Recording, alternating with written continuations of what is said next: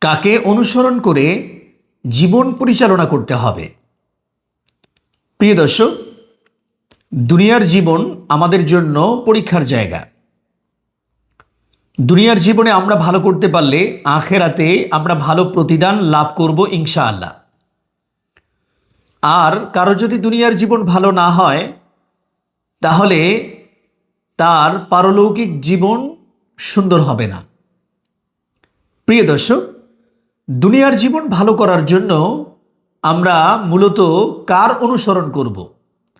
আল্লাহ পাক রব্বুল আলামিন সূরা লুকমানের 15 নম্বর আয়াতে এই ব্যাপারে আমাদেরকে নির্দেশনা দিয়েছেন।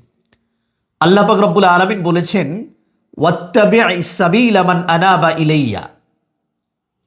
তুমি ওই ব্যক্তির অনুসরণ করো যে আল্লাহ অভিমুখী হয়ে আছে।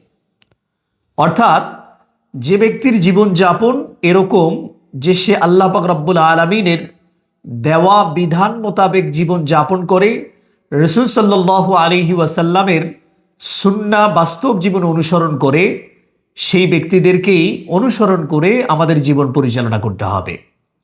প্রিয় দর্শক, এই জন্য আসুন, বিশ্ববিখ্যাত কোনো ব্যক্তি নয়,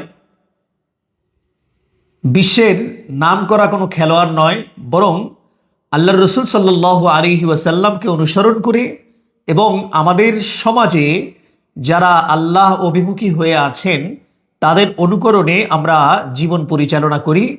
আল্লাহ পাক রব্বুল আলামিন আমাদের সকলকে দ্বীনের পথে অবিচল থাকবার তৌফিক দান করুক। আমিন।